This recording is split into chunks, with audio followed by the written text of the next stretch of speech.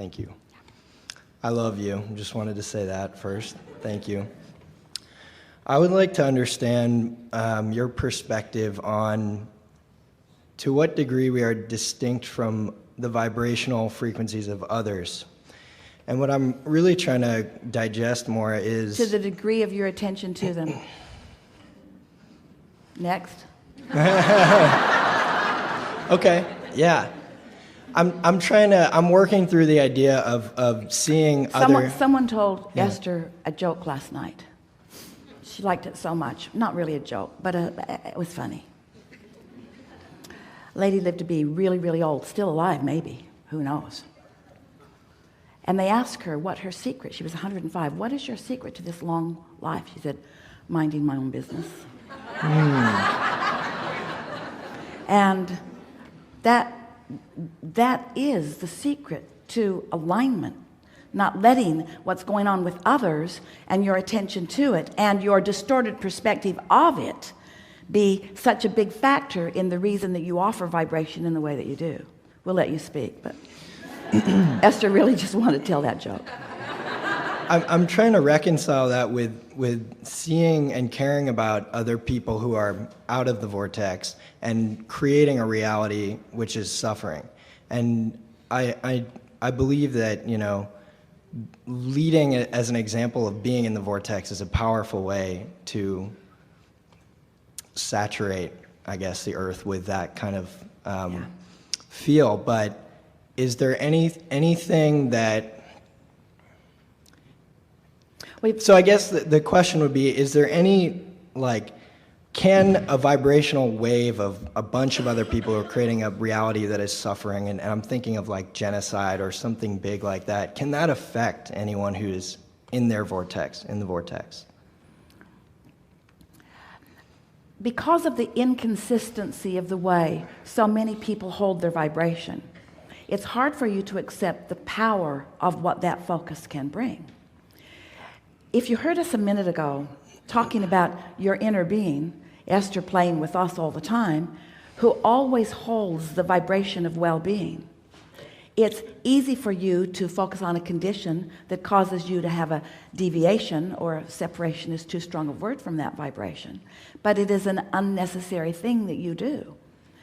We've been saying to our friends for a long time, start with easier things. Teach yourself alignment on the things where it's easy for you to find it, until you get the sense of what alignment really feels like. Because the more you find alignment, then the more unconditional you will be about it, until you will reach a place that you can focus upon any condition and not lose your alignment. There's something that happens in the human psyche. It's not good for you. Maybe we'll take a little bit of time and see if we can explain how it has come about, although that's not altogether helpful for you. But it goes like this. As I stand in my human form, I tend to evaluate your value to me, or your gift to me, by the degree of your sacrifice. You follow us just a little bit? In other words, if you've got billions of dollars and you give someone $100, people say, well, why didn't you give them 200 or 500? Why didn't you give them $1 million? You've got billions. In other words, but if you sacrifice for it, then the gift somehow is more well received by humans, because they are not understanding, for the most part. You forgot to practice for a while your understanding of this infinite flow of resources and well-being. So there is this human sort of wanting to divide up this pie. You've got this finite pie that you think is the well-being, and it feels to so many like if that guy is getting more than his fair share of well-being, then he might deprive somebody else of some well-being. And from that flawed premise comes this sort of a repelling of the well-being that is flowing to everyone. So when you see a person who is suffering, or a group of people who are suffering, and you look from your vibrational place of alignment, you see, here's what you must do if you are to be of value to them, and if you are to stay in alignment with who you are. And unless you stay in alignment with who you are, you cannot be of value to them. If you're not connected to this stream, you've got nothing to flow. So The best way to understand is that as you are evaluating or sorting through the contrast and you see something that you really do not like, some of that stuff will take you to your knees. It is so much that you do not want it. In the degree of knowing what you do not want, you are launching a equal rocket of desire. So by seeing their plight or their suffering, you are asking for their recovery or for their balance or for their well-being. You're launching this rocket, and source becomes a vibrational match to it. In other words, the suffering of the world has created a vibrational reality of such well-being and such proportion we can't even describe it. And it is from that balance of well-being that new ones are being born. But the ones who are here could benefit from this vibrational reality that you are all part of creating, but you've got to be in the vibrational vicinity of it, or you as an individual or as a part of mass consciousness do not realize it. You don't get to let it be part of your experience if you don't believe it, if you don't expect it, if you're not a vibrational match to it. You can't set your radio dial on 101 AM and hear what's being broadcast on 98.7 FM. In other words, the frequencies have to match up. So you can't have your frequency set on poverty in the world or suffering in the world and be part of the flow of the pure positive energy. But here's the thing. You see, source is flowing to all of you, to all of them. There is a river, a stream, a powerful flow of clarity and abundance and well-being going to all of them. The question is, why aren't they letting it in? How is it that they've come to practice thoughts that hold them in a vibrational frequency? And you kind of ought to know that you're practicing thoughts that hold you in that frequency, because these thoughts that are holding you apart from the frequency of alignment feel so awful when you think them, you see. And so the best that you can do for anyone is to thrive in every way you can. And in your thriving, in your holding yourself in alignment, because thriving and alignment are the same thing, as you hold anyone as your object of attention. And this goes to the heart of your question. What can I do? What can I do, you said. When you're tuned in, tapped in, turned on, and you're holding someone as your object of attention, you're flooding pure positive energy all over them. Whether they can receive it or not is not something that you have very much control over.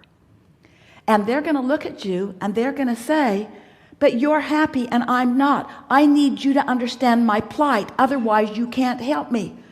And you want to say, if I understand your plight, I will be a vibrational part of your plight, and then for sure I can't help you. But they don't want you to be over there thriving. They want you to be over there suffering with them, because it's all they know. They're not sucking you in because they don't care about you. They're sucking you in because that's the momentum of what they've got going on. So you have to understand how this works. You have to decide if you want to be part of the wellness, if you want to be part of the abundance, if you want to be part of the solution. The vibration of a question and the vibration of an answer are very different frequencies. The vibration of a problem and the vibration of a solution are very different frequencies.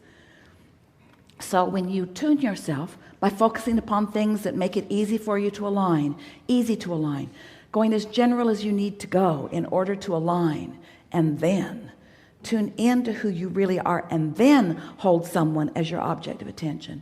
It is our promise to you that if you can hold someone who you formerly saw as suffering as your object of attention, and you've practiced so well that you see them as thriving. That's what Jesus did. As you stood before him dripping your illness, he saw not your illness. He looked at you and he knew your well-being, and he knew it so powerfully and so clearly that your illness simply could not abide in his vibration. That's why he said, go forth and tell no one. Don't go home and talk about it. You'll talk yourself right back in to the frequency that was disallowing the wellness to begin with, you see. So it feels harsh to you when we say mind your own business. But what we really mean is tend to your own frequency, and then tend to your own frequency, and then. And you'll reach the place where you'll be so consistently filled with this stream of replenishing well-being. No depletion happening, just flowing through you, flowing through you, flowing through you. That when you see someone not allowing it, it won't upset your apple cart. It won't throw you off your game. You will be able to know their wellness even in their demonstration of their not wellness, because you know how it works, you see. It's like not one of you stands in front of your faucet. Beautiful faucets in this hotel. Esther was just enjoying them so much. And not one of you stands before your faucet when it's turned off and says, oh,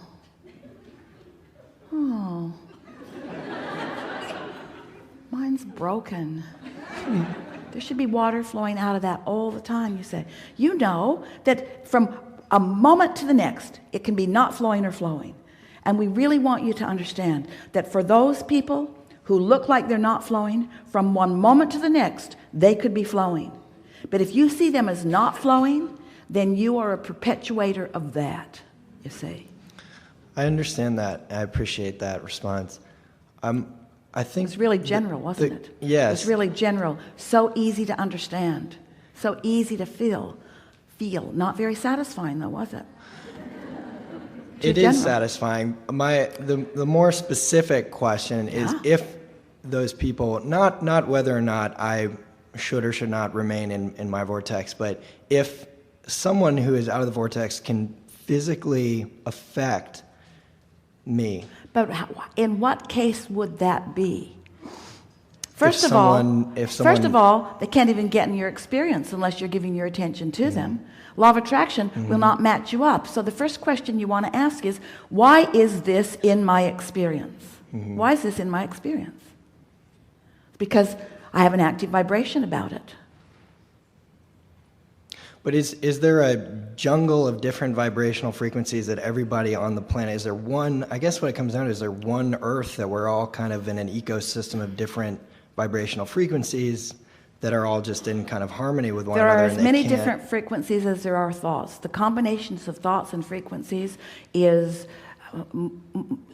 so extraordinary in number that trying to decipher it would drive you crazy. This is specifically for you. You get tuned in, tapped in, turned on. You do it all the time. And then, from that aligned position, a thought of what you're talking about comes into your mind, because your inner being knows this is the time for you to turn your attention to that. And sometimes, most every time, when that happens, you feel it for just a moment, and then you look at the reality of where they are, and then you feel that great disconnect between what source just gave you because you were tuned in and what you're choosing to focus upon right in their reality. And then the negative emotion that you feel is not about their plight, it's about what you've just done to yourself. Don't you love knowing that? So you want to say to your friends, I love you so much, and they say, oh, that's so kind. I say, no, I'm doing it for me. I'm doing it for me. Oh, I thought you loved me for me. No. No. I find that when I love, I feel so good, so it must be for me. Oh, I thought you were loving me for me. No, I don't think so, because it feels so good to me when I love. And when I'm mad at you, it feels so awful. When I feel good, it's my doing. When I feel bad, it's yours. Thank you so much.